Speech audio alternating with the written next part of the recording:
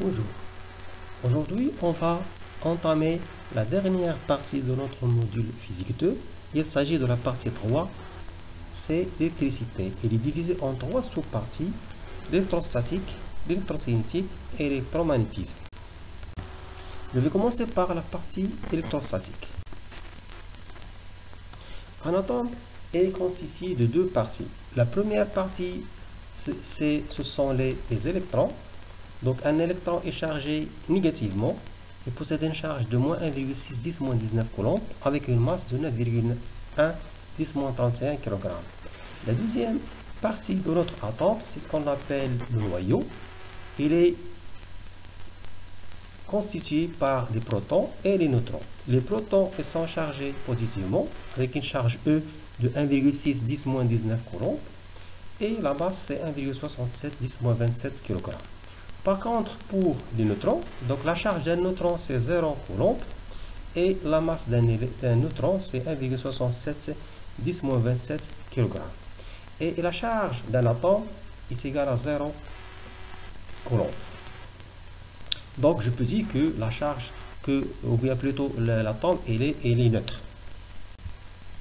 Pour les matériaux conducteurs et isolants, donc d'une façon générale, un matériau il est divisé en deux types, soit un conducteur, soit un isolant. Donc c'est quoi un conducteur, c'est quoi un isolant? Donc les conducteurs, ce sont des substances qui vont laisser circuler les charges librement. C'est-à-dire que si j'ai des charges qui sont libres, ils peuvent circuler sans problème. Par contre, un isolant, c'est une substance qui laisse très difficilement circuler les charges. Donc si vous voulez l'isolant, il ne laisse pas circuler la charge, ou bien les charges peuvent circuler d'une façon qui est un petit peu difficile. Il y a une troisième catégorie qui est entre les deux, c'est une catégorie qui est intermédiaire, c'est ce qu'on appelle les semi-conducteurs. Donc c'est quoi un semi-conducteur? Ils se comportent en général comme des isolants, mais leur conductivité est beaucoup plus élevée. On peut ajouter des impuretés dans leur réseau pour les rendre encore plus conducteurs. Donc on peut distinguer par exemple le silicium et le germanium. De façon générale, c'est quoi un semi-conducteur? C'est une substance qui est un isolant à 0 Kelvin, mais dès la température est différente de 0 Kelvin, notre semi-conducteur il devient conducteur.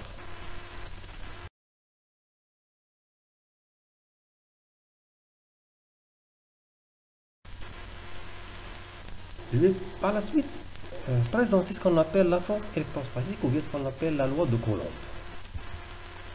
Donc, je vais considérer tout d'abord deux charges qui sont immobiles, QA et QP, qui sont placées en A et en P et qui sont distantes de R.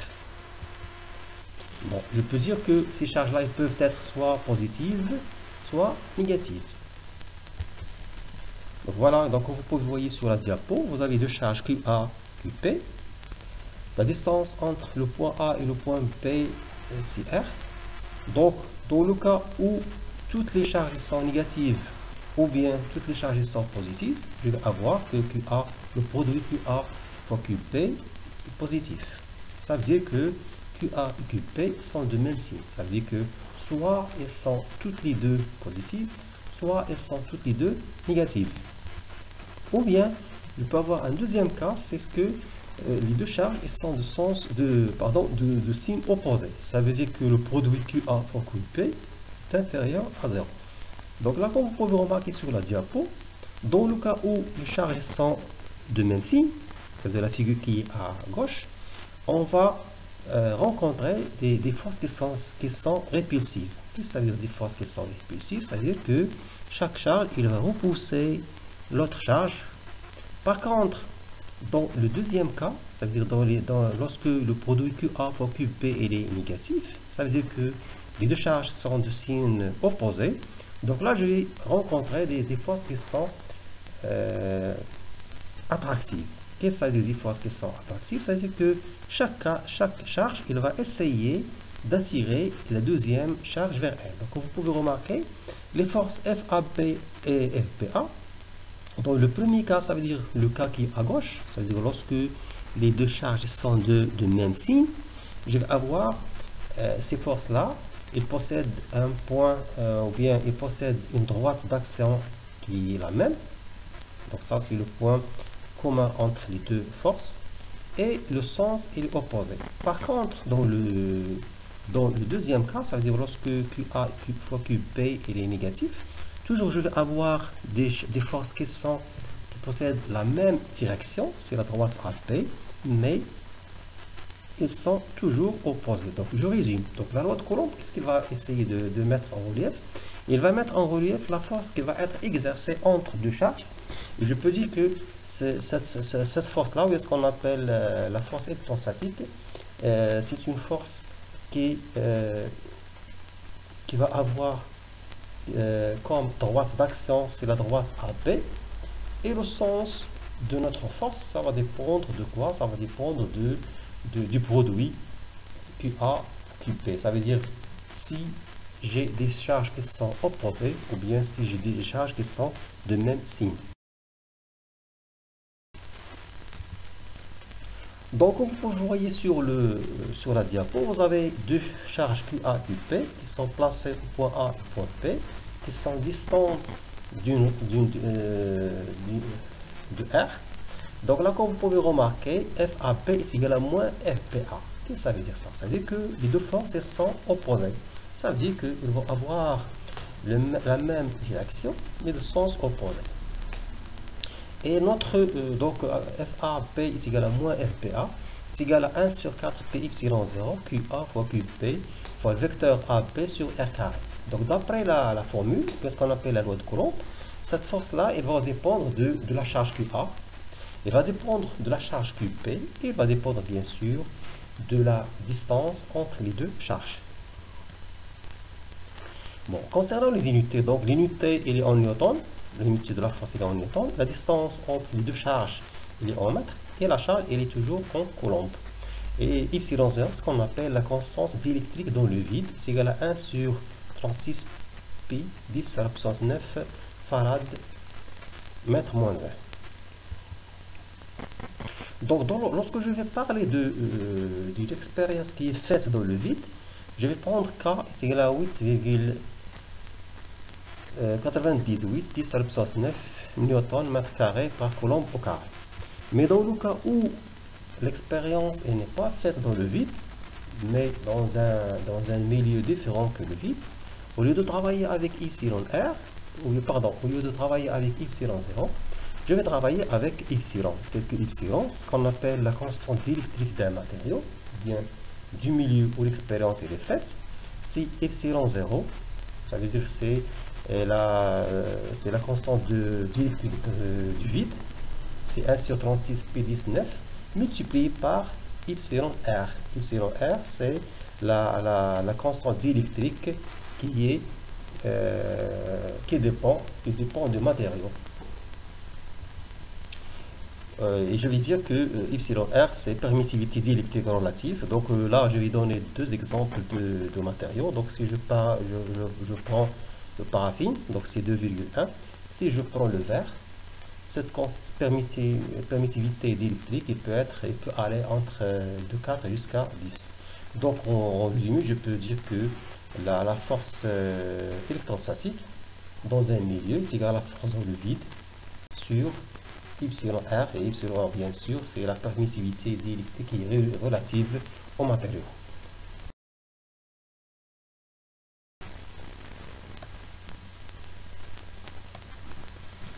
Maintenant, je vais parler de l'addissivité de la loi de Coulomb. Donc, lorsque bien sûr je parle de l'addissivité, il y a la notion de addition. C'est-à-dire, je vais essayer de déterminer la force qui est créée par plusieurs charges sur une charge indépendante.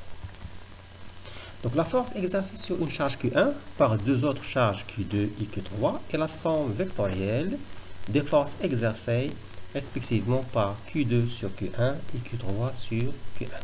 Je vais vous expliquer. Donc je suppose que j'ai trois charges Q1, Q2, Q3 qui sont présentées sur la diapo. Donc je vais commencer tout d'abord par tracer la force F de 1. Donc c'est la force qui est créée par la charge Q2 sur la charge Q1. Donc comme vous pouvez remarquer, notre force F de 1, c'est une force qui est répulsive. Ça veut dire que Q1 et Q2, ils sont de même signe.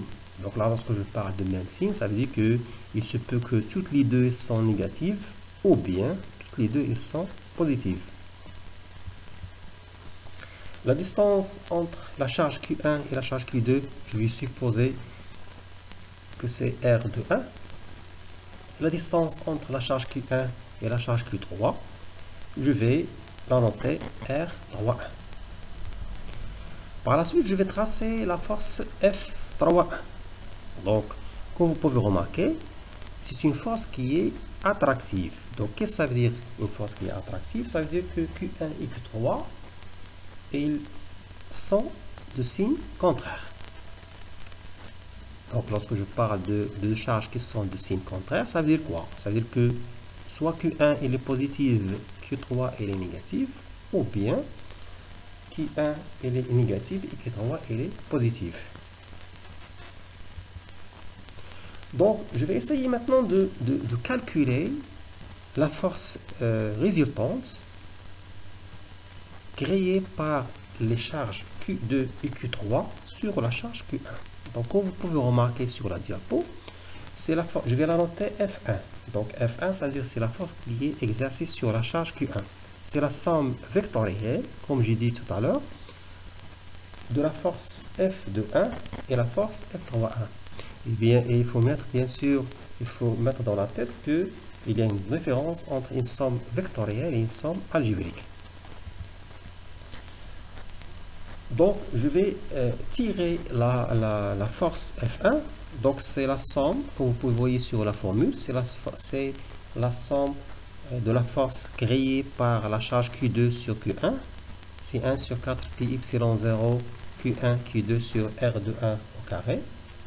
Fois le vecteur vient sur le vecteur U de 1 qui va nous donner le sens de notre force. Plus 1 sur 4 pi epsilon 0 Q1 Q3 sur R3 1, c'est de la distance entre la charge Q1 et Q3 fois le vecteur U3 1. Donc, de façon générale, plus généralement, la force exercée sur une charge test Q, dans notre cas c'est Q1, par un ensemble de charges QI. Donc, ici le QI, ça veut dire Q1, Q2, Q3, etc. Et la somme vectorielle des forces exercées respectivement par toutes les charges QI prises individuellement sur la charge test Q.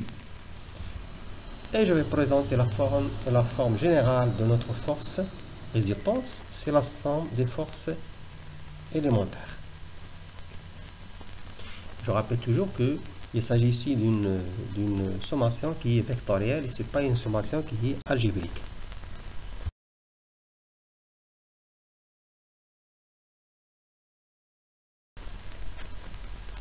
Maintenant, je vais présenter la notion de champ électrique, ou bien ce qu'on appelle le champ électrostatique. Donc, toute charge électrique produit un champ électrique dans l'espace qui l'entoure. Donc là, lorsque je parle de charge électrique, ça veut dire quoi? Ça veut dire qu'il se peut que c'est une charge qui est positive ou bien une charge qui est négative.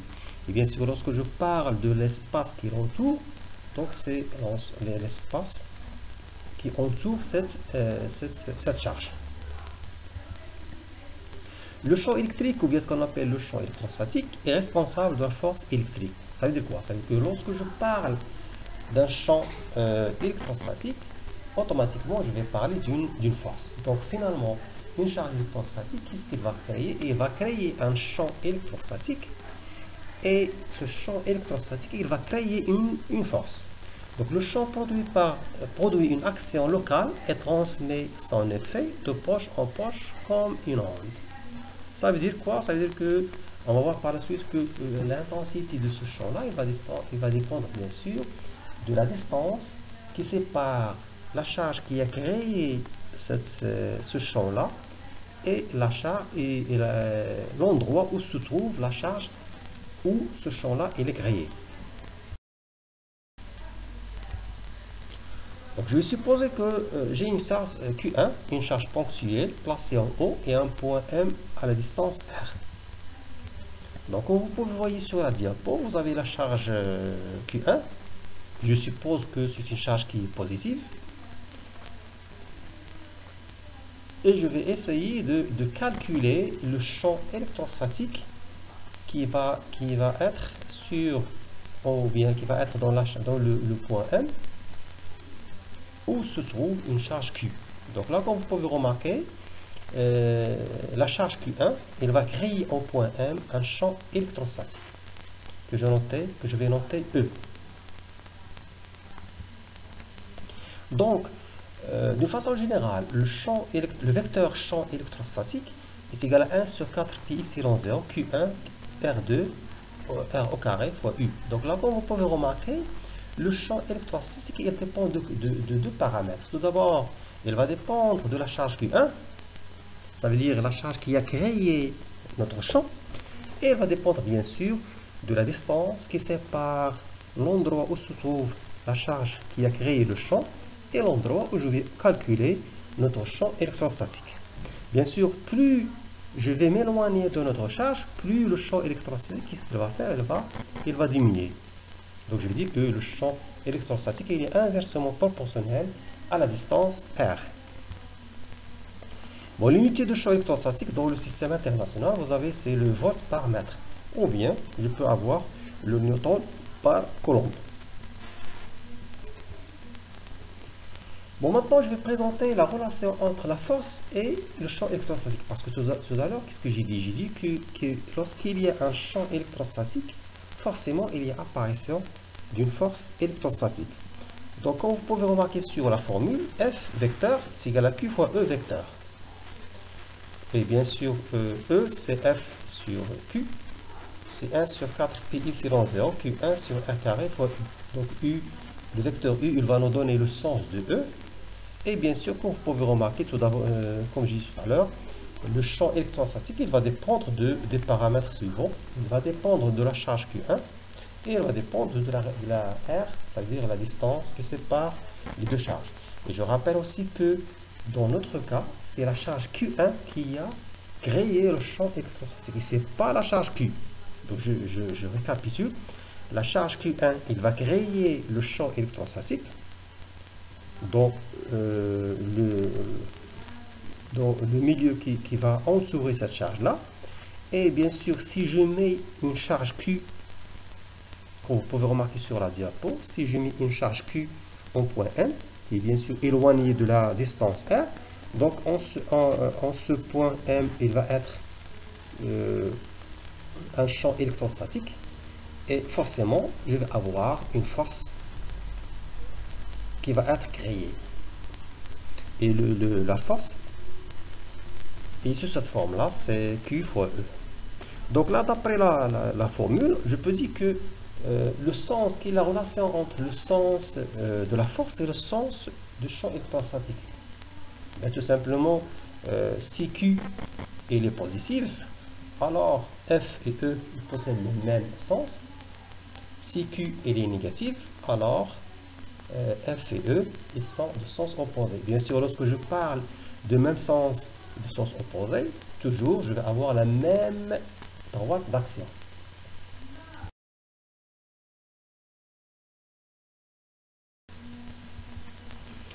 Donc je résume. C'est que donc là, je vais supposer que toujours Q1 est positif.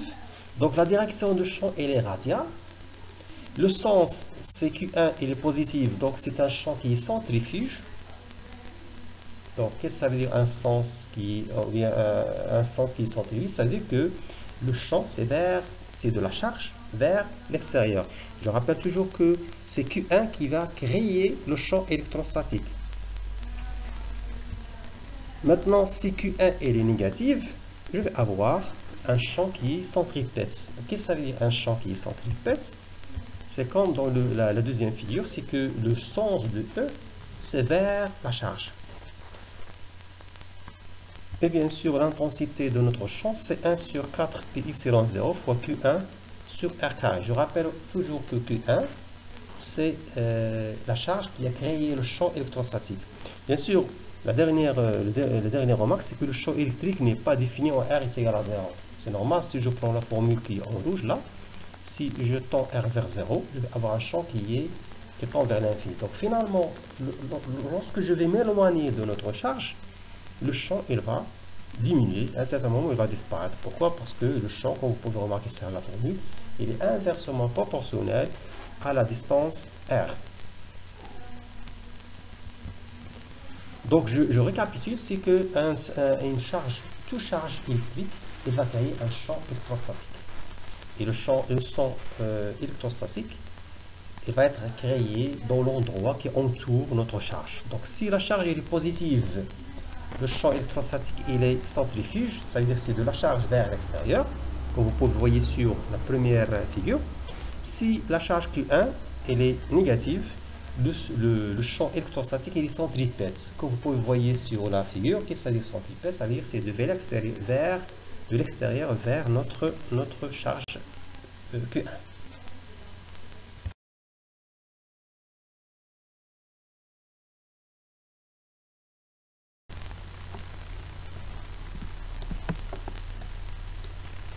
Champ créé par un ensemble de charges ponctuelles. Maintenant, on va supposer qu'il existe plusieurs charges et on va essayer de calculer le champ électrique résultant créé par l'ensemble de ces charges en point M. Je suppose que Q4 c'est une charge qui est négative, Q1 une charge qui est positive, Q2 une charge qui est positive, et Qn charge qui est négative. Et Q3 bien sûr c'est une charge qui est négative. Donc le champ résultant est la somme vectorielle de tous les champs créés par les différentes charges. E au point M, c'est égal à E1 plus E2 plus E3 plus E4 jusqu'à plus En. Et je rappelle ici toujours que la somme, c'est une somme vectorielle.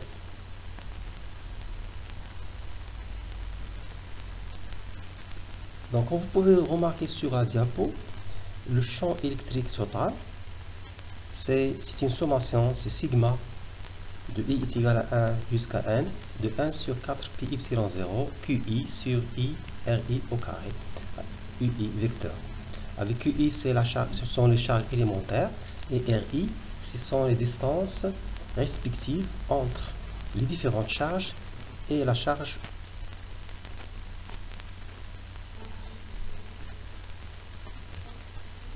Donc finalement, je vais avoir, puisque 1 sur 4 pi epsilon c'est une constante, je peux la faire sortir et je vais avoir la formule qui est en rouge.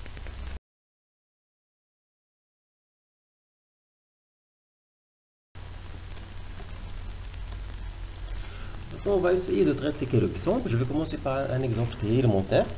Donc une charge ponctuelle Q1 est égale à 3,2 10-9 coulombs est soumise à une force F1 est égale à 8 10-6 I. Première question, décrivez le champ électrique responsable de cette force. Deuxième question, quelle serait la force exercée sur une charge ponctuelle de Q2 est égale à moins 6,4 10-9 coulombs située au même point. Donc maintenant, si je considère la première charge Q1 3,2 10-9 coulombs, c'est une charge qui est positive. Donc c'est une charge qui est positive et qui est soumise à une force F1. Donc forcément, pour que cette charge soit soumise à une force F1, la condition c'est qu'il faut avoir un champ électrique. Donc d'après la figure, puisque la charge Q1 c'est une charge qui est positive, donc le vecteur force et vecteur champ électrique, ils vont procéder le même sens. Bien sûr, ils ont la même direction. Donc là, comme vous pouvez remarquer sur la diapo, vous avez ici la charge positive qui est en bleu et le champ, le vecteur champ et le vecteur force ont le même sens. Donc on demande de calculer l'intensité de ce champ électrostatique. Donc il suffit d'appliquer la formule. Donc la formule c'est que E est égal à F sur Q1. Donc tout calcul fait, vous allez trouver que le champ électrostatique c'est 2700 fois I. La deuxième question, on demande de calculer la force qui sera exercée sur une charge, mais cette fois-ci c'est une charge qui est négative. Q2 est égal à moins 6,4 10-9 coulombs. Donc là, comme vous pouvez remarquer sur la figure, le sens de F1, le sens de la force F2 et le sens au sens contraire que le champ électrostatique E. Pourquoi? Parce que tout simplement, la charge, elle est négative. Et toujours, je vais appliquer la formule. Je vais avoir la force, c'est égal à Q2, qui est la charge fois E. Donc, ce calcul fait, vous allez trouver que la force, c'est moins 1,6, 10 moins 5. Donc, le moins, bien sûr, il indique quoi? Le moins et le signe moins, il indique le sens de la force. Ça signifie que le sens de la force F2, c'est le sens contraire que le champ électrostatique. Maintenant, on va traiter un deuxième exemple. Donc, un deuxième exemple, soit une surface où règne un champ électrique de 120 newtons par coulomb orienté vers le bas. Donc, comme vous pouvez remarquer sur le diapo, vous avez un champ qui est orienté vers le bas. Première question, quelle est la force électrique agissant sur un proton dans un tel champ? Deuxième question, quelle est la force électrique agissant sur un électron dans un tel champ? Donc là, la première remarque, c'est que on a fixé le champ qui est de 120 newtons par coulomb et on va supposer qu'on a deux types de charges. Une charge qui est positive, c'est la première question, qui est le proton. Une charge qui est négative, c'est la deuxième question, qui est un électron. Donc je vais commencer par la force exercée sur le proton. Donc je suppose ici que le champ électrostatique il est orienté vers le bas. Donc puisque la charge, c'est une charge qui est négative, puisqu'il s'agit qui est positive, pardon, puisqu'il s'agit d'un proton. Donc là, je vais avoir, comme vous pouvez remarquer sur la diapo, le sens de F, c'est le même sens que le champ électrostatique. Par contre, dans le cas où la charge c'est un électron, donc je vais avoir des sens qui sont opposés. Donc la force sur une charge positive est de même sens que le champ électrique. Par contre, la force sur une charge négative est de sens opposé ou bien au sens contraire au champ électrostatique. Et toujours, je vais appliquer la même formule, c'est que F ici à la Q fois E. Donc dans le premier cas, dans le cas de la charge positive, ça veut dire dans le cas du proton, je vais avoir une force de moins 1,92, 10 moins 17 fois G vecteur. Ça signifie quoi? Ça signifie que le sens de F, comme vous pouvez remarquer sur la diapo, le sens de F il est orienté vers le bas. Pour l'électron, je vais avoir une force qui est de 1,92, 10 moins 17 fois G vecteur. Ça signifie quoi? Ça signifie que la force elle est orientée vers le haut.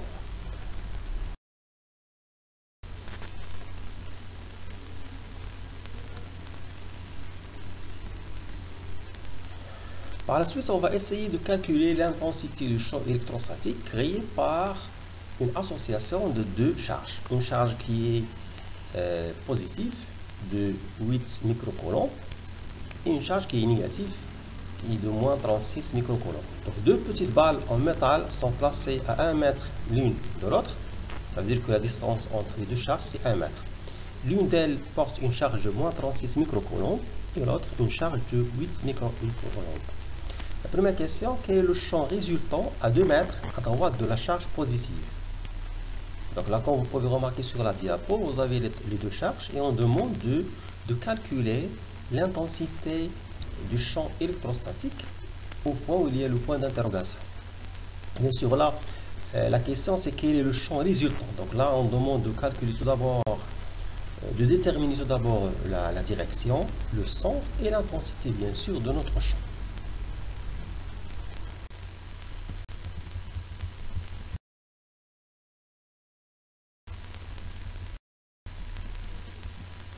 Ligne de champ électrique, ou ce qu'on appelle ligne de force, est une ligne tangente en chacun de ces points au vecteur champ orienté dans le même sens que le champ. Donc si je considère des vecteurs champ électrostatique, donc ce que je vais appeler la ligne de champ, c'est tout simplement la courbe qui est tangente en chacun de ces points au vecteur champ électrostatique. Donc là, comme vous pouvez remarquer sur la diapo, la courbe qui est en bleu, c'est ce qu'on appelle la ligne de champ. Il sera toujours tangente à notre champ électrostatique. Donc, propriété des lignes de champ. Ils partent toujours des charges positives et aboutissent seulement à des charges négative. Donc si je considère la charge qui est à gauche, ça veut dire que la charge positive, donc les lignes de champ, c'est tout simplement, ce sont les courbes qui sont en vert. Donc comme vous pouvez remarquer, il démarre de la charge vers l'extérieur. Par contre, dans le cas d'une charge qui est négative, donc les lignes de champ, ils seront orientées vers la charge.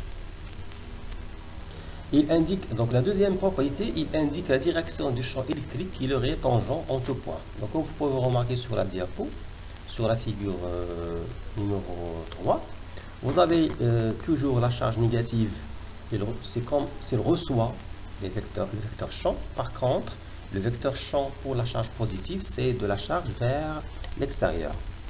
Donc toujours, je vais avoir la même définition. Les lignes de champ qui se resserrent quand le champ augmente et inversement. Deux lignes de champ ne peuvent pas se croiser.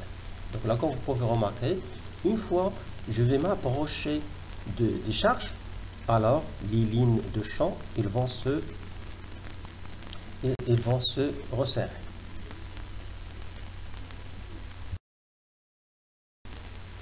Donc, toujours, c'est la même définition. Donc, une charge positive, les lignes de champ elles sont orientées vers l'extérieur.